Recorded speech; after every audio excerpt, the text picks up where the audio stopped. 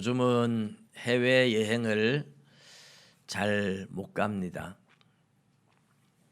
근데 이제 세계에서 코로나를 그냥 계절성 독감으로 여기고 모든 것을 다 풀어 놓았다 하는 그런 나라가 한 10개 정도 되는 것 같아요. 그런 나라는 이제는 그냥 일반 감기 취급을 한다 이거죠. 그래서 뭐 백신 패스 이런 것도 없고 그냥 자유롭게 전에처럼 일상으로 돌아가는 나라들이 생기고 있습니다. 우리나라 제주도만 가도 코로나는 없는 것 같아요. 관광객이 해외에서 오지 않으니까 제주도로 다 가고, 제주도에서는 몇백 명씩 모여서 집회를 하든 밥을 같이 먹든 이제는 자유가 다 주어진 옛날처럼 일상에 주어졌는데, 아직까지 이제 여행의 자유도 없고 우리들에게는 식당 가도 자유롭지 못한 것 같아요. 옛날에는 단체 여행을 참 많이 했잖아요. 우리나라가 잘 살게 되면서 단체 해외 여행을 많이 갔어요. 근데 제가 아는 어느 선배님이 사람들을 이제 같이 모아가지고 단체 여행을 가게 됐는데, 여행사를 섭외해가지고, 그래서 사람들이 혹시 해외여행 가면 미리 환전도 하고 준비물 빼먹을까봐 다 여권 챙겨라, 환전해라, 이런 거 저런 거 준비해라, 정말 열심히 챙겼어요. 그래가지고 멀리서 인천공항까지 한 5시간 가까이 걸려서 이제 갔어요. 그래가지고 수화물 붙이고 막 딱 하려고 하는데, 다른 사람은 다 챙겨왔는데 본인은 여권을 안 가지고 왔어요. 이제 비행기 탈 시간 2시간밖에 안 남았는데 집에 갔다가 오려면 5시간, 10시간을 걸려야 되는데 결국 그분은 못 갔어요. 다른 사람 다 모아가지고 그렇게 철저히 준비를 시켜놓고 자기는 준비를 잘했다고 생각했는데, 여권을 넣으려고 꺼내서 책상 위에 놔두고 그냥 와버린 거예요. 그래가지고 본인은 인천공항에서 다시 뒷바꾸에서 돌아오는, 그럴 때의 마음이 어떨 것 같습니까? 정말 기대에 부풀어서 그렇게 옛날에 해외여행을 한 번씩 가는 게 그게 사실 쉬운 건 아니잖아요. 해외여행 간다고 마음에 부풀어서 사람들 모아서 다 갔는데, 해외에 가서 신분증은 여권이잖아요. 다른 건 다 놓쳐도 여권 없으면 무조건 못 가는 건데 여권을 안 가지고 왔어요. 그래서 뒷바꾸해서 왔는데, 해외여행은 가다가 뒷바꾸 때도 상관없어요. 나중에 다시 가면 되지. 기회가 또 있을 수 있잖아요. 그런데 저와 여러분이 천국문 앞에 딱 갔는데, 나는 경건하다고 생각하고 천국문 앞에 딱 갔는데, 천국문 앞에서 하나님 심판대 앞에서 너는 아니다 하고 뒷바꾸 되면 다시 기회가 없어요. 정말 큰일 나겠죠. 그래서 우리가 다른 건 다 놓쳐도 우리가 하나님 앞에 심판대 앞에 갔을 때 우리의 믿음이 하나님이 인정하는 믿음인지, 하나님 앞에 인정받을 수 있는 믿음인지, 그때 가서는 늦어요. 지금 여기서 우리가 늘 우리 자신을 돌아보고 점검하고 체크하고, 그래서 확실한 믿음을 준비해야 되는 줄 믿습니다. 그런 면에서 이 야고보서는 굉장히 우리에게 중요한 교훈을 가르치고 있는 겁니다. 우리 야고보서 1장 자체가 야고보서 5장까지 전체의 서론입니다. 서론. 이 서론을 이야기하면서 시험에 대한 이야기를 먼저 했잖아요. 시험을 만날 때 어떻게 대해야 되는지, 시험이 왜 오는지, 시험을 어떻게 이기는지, 1장 1절에서 11절까지와 12절에서 27절까지를 따로 이렇게 분리해서 두 개의 서론으로 이렇게 이중 서론이다 이렇게 학자들이 이야기를 하긴 합니다만은 뭐 그건 그렇게 중요한 건 아니에요. 시험에 대한 이야기를 하면서 그런 시험들을 이기고 경건한 신앙, 경건한 삶을 살아야 된다. 그 이야기를 서론적으로 하는데 오늘 우리가 읽은 26절, 27절은 바로 이 서론에 대한 결론이에요. 서론의 결론. 여러 가지 시험을 만날 때 기쁘게 여기며 그 시험을 이기고 승리해서 결국은 하나님 말씀에 순종하는 경건한 삶을 사는 것이 성도가 가야 할 목적인데 그러면 진짜 경건이 뭐냐? 나는 말씀에 순종하고 있다. 나는 경건한 신앙생활을 하고 있다라고 생각을 했는데 아닌 경우 스스로 착각하고 자기가 자기를 기만하고 자기가 자기한테 속아서 경건한 줄 알았는데 마지막 하나님 앞에 가보니 아니더라 이러면 어떻게 하겠습니까? 천국 문 앞에 가서 빠꾸당하면 그때는 거기서 거절당하면 기회가 없어요. 그냥 지옥으로 가는 거예요. 공항에서 거절당해도 다시 기회가 있지만 하나님 앞에 심판대 앞에 가서 거절당하면 더 이상 기회가 없어요. 천주교처럼 무슨 연옥에 있다가 거기서 또 훈련 받아가지고 또 천국으로 다시 가고 그런 기회가 아닙니다. 성경에는 절대로 그렇게 말한 적이 없어요. 천주교가 만들어낸 그것은 사람들 듣기에 좋으라고 만들어낸 가짜 교리이지 절대로 그럴 수가 없습니다. 오늘 그래서 우리가 참된 경건이 뭔가 하나님 앞에 우리 믿음이 인정받을 수 있어야 되니까 참된 경건이 뭔가 그것을 오늘 우리에게 알려주고 있는데 이것이 서론이라 그랬잖아요. 서론이라는 말은 본론에 들어가서 진짜 이야기할 걸 미리 요런 이야기 할 거다 하고 미리 간접적으로 살짝 알려주는 거잖아요. 오늘 26절에 보면 누구든지 스스로 경건하다 생각하며 자기 혀를 재갈 물리지 아니하고 자기 마음을 속이면 이 사람의 경건은 헛것이라 이랬어요. 혀를 재갈 물리지 않으면 가짜다. 이 재갈 물리다라는 이 단어가 신약 성경에서 야고보에서만 2번 나와요. 그런데 이 혀를 재갈 물려야 된다는 요 이야기가 서론이라면 3장에 가면 혀에 대한 이야기를 3장 전체가 바로 혀에 대한 이야기를 하고 있습니다. 그래서 서론격으로 했던 26절이 3장 전체에서 펼쳐서 이야기하는데 여기에 말에 3장 2절에 보면 우리가 다 실수가 많으니 만일 말에 실수가 없는 자라면 곧 온전한 사람이라 능히 온 몸도 굴레 씌우리라 그랬어요.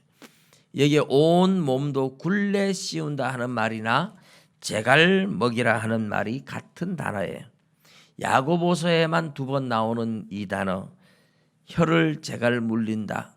혀를 재갈 물려서 혀를 절제할 수 있으면 온 몸도 굴레 씌울 수 있다. 온 몸도 모든 행동을 통제하고 억제하고 절제할 수 있다. 그런 말이죠.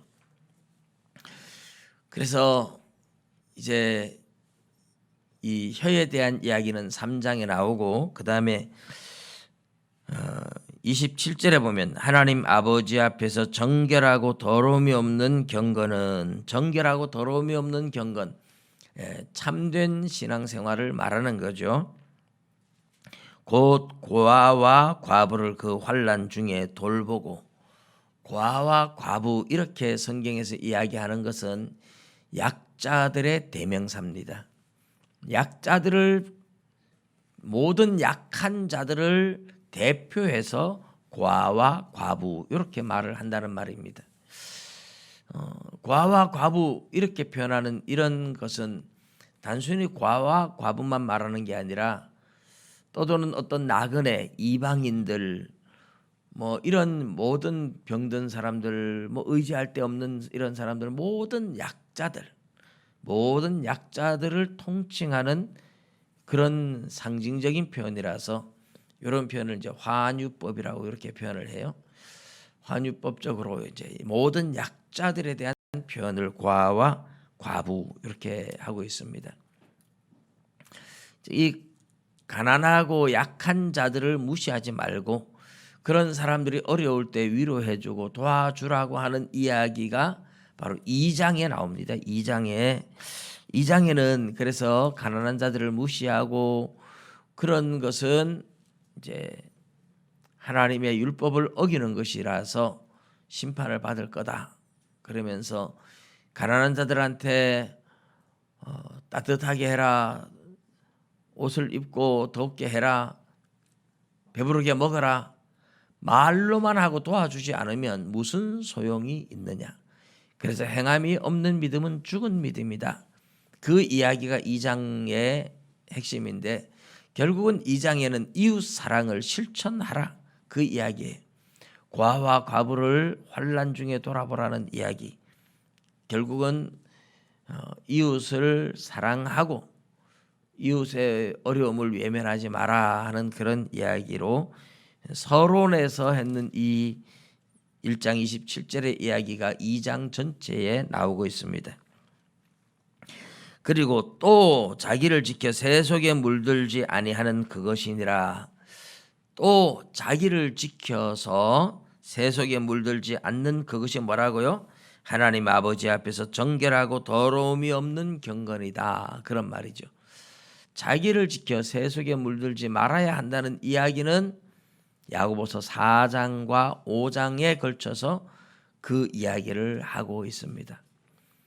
그러니까 이 야고보서는 우리에게 진정한 경건 생활, 하나님 아버지 앞에 서는 그날 부끄러움을 당하지 않고 천국에 당당하게 들어갈 수 있기 위해서 참된 믿음 생활해라, 참된 경건을 가져라, 그 이야기를 하고 있는 거죠. 그 이야기를 1장에서 서론으로 하고 2장, 3장, 4장, 5장에서는 그것을 쫙 펼쳐서 보여주고 있습니다. 그래서 우리 서론에서 나오는 것을 여기서 다 펼쳐서 이야기하면 안 되잖아요. 2장, 3장, 4장, 5장 거기에 가서 이웃 사랑에 대한 이야기, 말의 절제에 대한 이야기, 새 속에 물들지 않아야 되는 이야기, 그 이야기 결국 거기 가서 우리가 해야 되겠죠. 오늘은 서론이니까 간단하게만 우리가 이 내용을 한번 생각해 보면, 말을 절제할 수 있으면, 혀에 재갈 물릴 수 있다면 온 몸도 굴레 씌울 수 있다. 그러니까 말을 절제한다는 게 제일 어렵다는 뜻입니다. 사람이 그 태음 체질, 이런 체질은 통통하게 살이 쪘는데 말이 잘 없어요.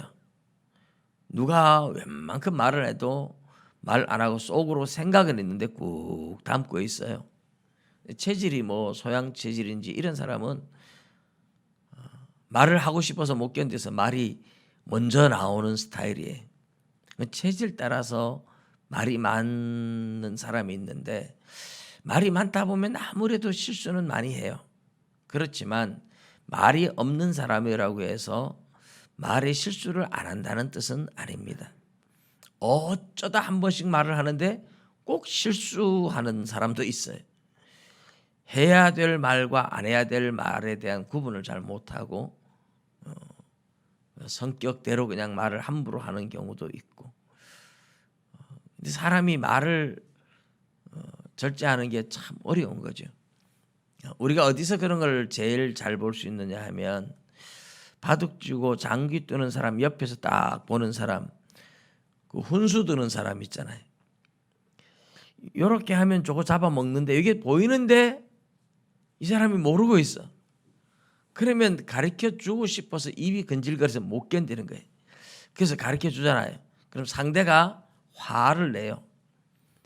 훈수 드지 말라고. 알았다 했는데 또 보여. 또 훈수 또 들잖아요. 그래서 나중에 뭐라 그래요? 훈수 드는 사람 뺨을 맞으면서도 훈수 든대요. 제발 말하지 말라고 막 성질나서 옆에 사람이 막 뺨을 때리는데 맞으면서도 또 안 해야지 했는데 자기도 모르게 또 훈수를 든답니다. 그게 이제 말을 절제하기 어려운 것을 단적으로 보여주는 예죠. 말을 절제한다는 게 그만큼 어려운 건데 말을 절제할 수 있으면 그 사람은 온 몸도 굴레 씌울 뿐만 아니라 온전한 사람이다. 그래서 신앙의 가장 성숙한 사람이 언어에 대한 절제력을 갖춘 사람이라고 말을 합니다. 그래서 언어에 대한 절제력을 갖춘 목사님을 제가 보면 제 아는 목사님 중에 한 3사람 정도 제가 본 것 같아요. 이분들은 어디에 가도 절대로 나쁜 말을 안 해요. 항상 부드럽게 웃는 모습이고, 그리고 어떤 경우에도 남을 험담하거나 뭐 이런 자리에 어울리질 않아요. 그리고 정말 안 좋은 걸 뻔히 아는데도 사람들은 막 그 다른 사람은 흉보기 좋아하잖아요. 막 흉을 보고 입방아 찢는데 그냥 싱긋이 웃고 있다가 누가 어떻게 생각해 하고 물어보면 좋게 얘기해요. 그 사람 형편을 우리가 몰라서 그렇지 다 나름대로 이유가 안 있겠나, 이런 정도로 말을 싹 돌려서 좋게 이야기를 해요. 참 존경스러워요. 저도 아직까지 온전하지 못해서 말에 실수가 많은 사람이고, 그래서 항상 제가 그런 분들을 제 마음으로는 모델로 삼고 있습니다. 그분처럼 한번 살아봐야지, 그분처럼 모델을 삼아서 한번 따라해 봐야지. 근데 잘 안 돼요. 아직까지 많이 부족해서 성숙하지 못하다는 이야기입니다. 그러나 마음에는 늘 있어요. 저분처럼 한번 살아봐야지.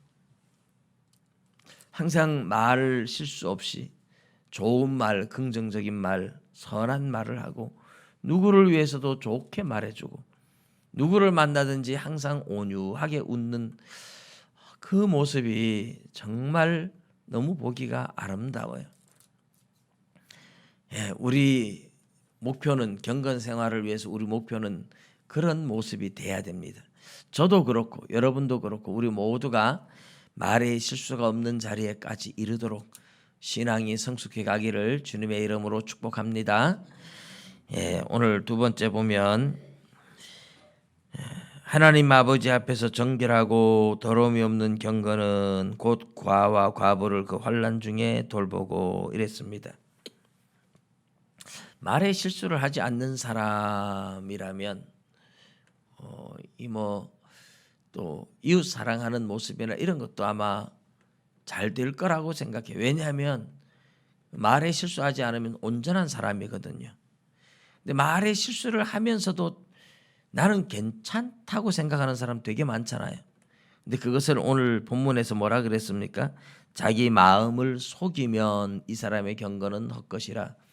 말에 실수를 많이 해. 남의 험담 잘하고 남 흉보고 이 자체가 이미 경건하지 못한 거예요. 그런데 자기는 믿음이 좋은 줄 착각하고 있고 자기는 경건한 줄 착각하고 있고 결국 자기 마음을 속이고 있는 거죠. 근데 이렇게 자기 마음을 속이지 않고 정말 경건한 사람은 항상 하나님을 생각하는 것 같아요. 지금도 하나님이 보고 계신데 하나님 앞에서 내가 어떻게 해야 하나, 늘 하나님을 생각하면서 사는 것 같아요. 그래서 어려운 이웃들을 볼 때나 힘든 사람을 볼 때도 하나님이 원하는 게 뭘까를 먼저 생각하다 보니까 그런 사람들을 도와주고 위로해주고 격려해주고 그 일도 참 잘하는 것 같아요. 그래서 그런 목사님들이 또 이 주변의 어려운 사람들을 위해서도 교회가 힘을 많이 쓰도록 하는 것을 보면서 이웃 사랑도 참 잘하고 있구나. 여러분, 이웃 사랑이라는 게 사실 쉽진 않아요. 내 몸처럼 사랑하라고 성경은 이야기하는데 우리가 스스로 생각하고 막 찾지 않으면 어느샌가 그냥 나밖에 생각하지 못해요. 우리는 다 이기적으로 만들어진 이기적인 존재들이에요.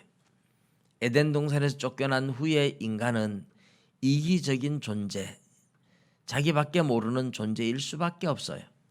그런데 예수님 믿고 나서 하나님 말씀 생각하면서 항상 남을 생각하고 약한 사람들을 위로하려고 애쓰고 의식적으로 그렇게 하나님 생각하면서 하는 거죠.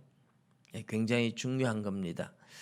그래서 우리가 이웃을 생각하고 돌아보고 하는 이 일들 꼭 억지로 막 찾아서 이런 게 아니라 사실 가만히 생각해 보면 내 주변에 사람들이 보이잖아요. 아, 저분은 힘들겠다, 어렵겠다. 그래서 저는 가끔 가다가 우리 성도님들이 어려운 성도들을 생각하면서 뭔가 베풀어주고 이런 모습들을 보면서 참 귀하다는 생각을 해요. 이것은 뭐 목사가 시켜서 하는 게 아니잖아요. 목사가 시킨다고 또 할 것도 아니고, 여러분 같은 교회 안에서도 누가 어렵구나 이런 것을 아시잖아요. 그래서 설명절이 되었다고 어떤 분은 또 용돈도 뭐 같은 성도지만은 어렵다고 많이는 못 드려도 그래도 용돈도 주시는 분도 있고 또 먹을 것 갖다 주시는 분도 있고 서로가 서로에게 사랑을 베푸는 그런 모습을 보니까 얼마나 귀한지 몰라요.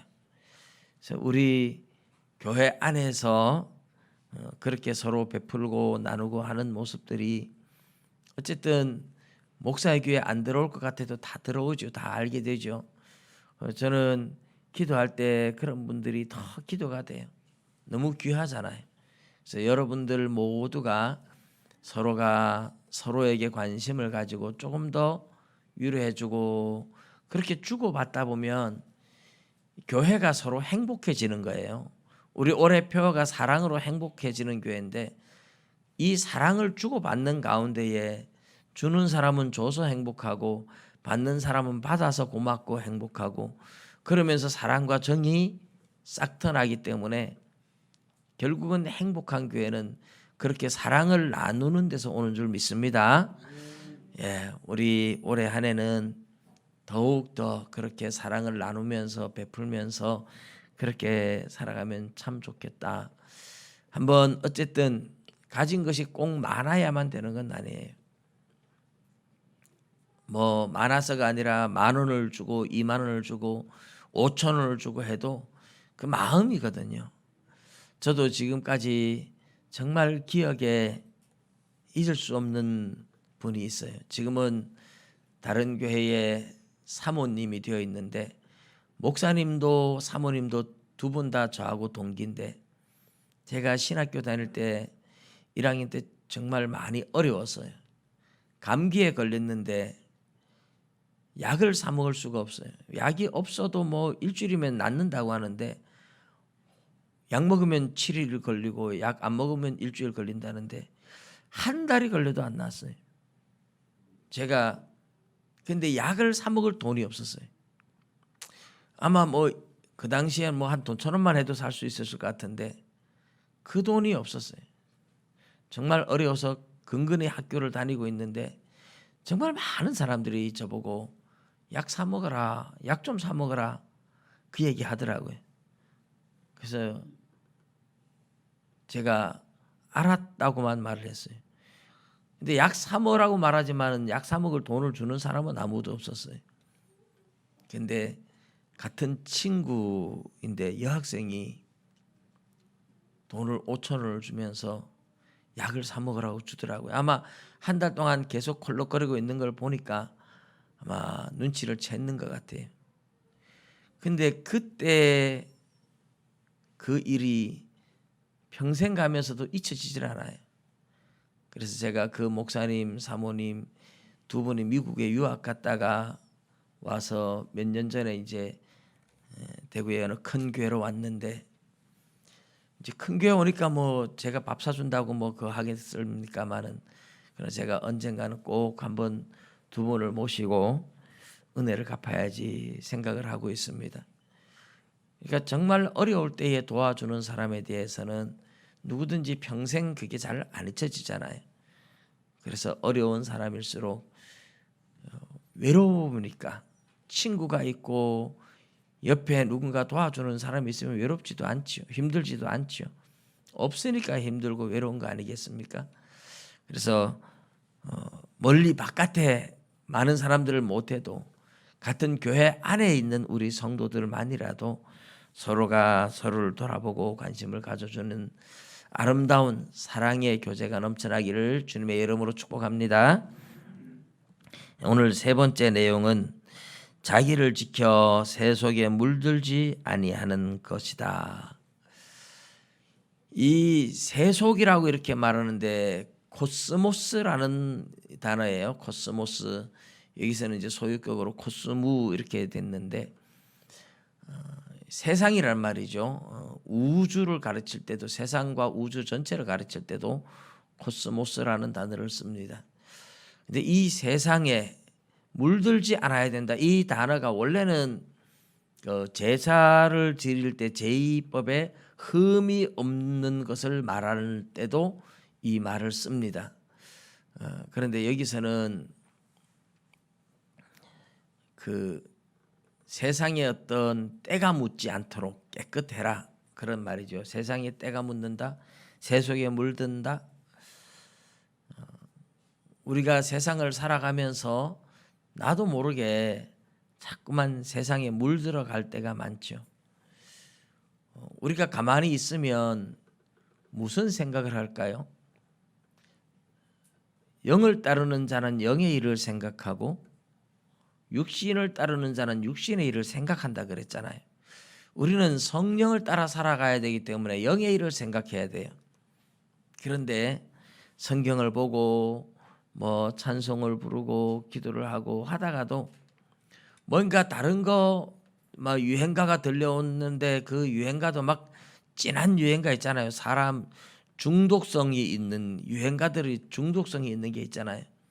그런 거 듣다 보면 나도 모르게 그런 유행가가 머릿속에서 자꾸 떠오를 때가 있잖아요. 저도 한 번씩 그럴 때가 있어요.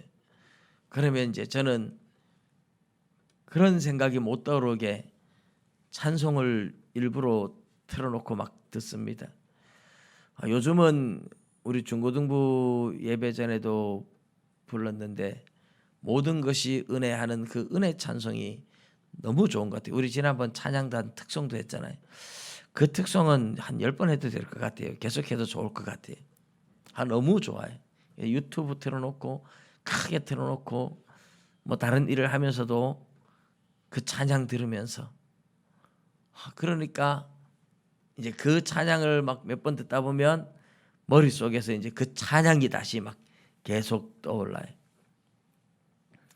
새 속에 물든다는 게 단순히 생각의 차원만은 아니지만 우리는 생각부터 절제하고 생각부터 지켜야 됩니다. 생각을 영의 일을 생각하는 생각부터 지켜야 되죠. 어떻게 하면 하나님을 기쁘시게 할 수 있을까? 또는 말씀을 묵상한다든지 찬송을 드린다든지 여호와의 율법을 즐거워하여 그 율법을 주야로 묵상하는 삶이 바로 영의 일을 생각하는 삶이거든요. 굉장히 중요하죠. 그런데 우리 생각을 세상이 빼앗아 가면 안 됩니다. 근데 살아가다 보면 세상에서 이런 일 저런 일 여러 가지 직업을 가지고 일을 하다 보면 그 일에 함몰돼서 그런 생각을 안 할 수가 없잖아요.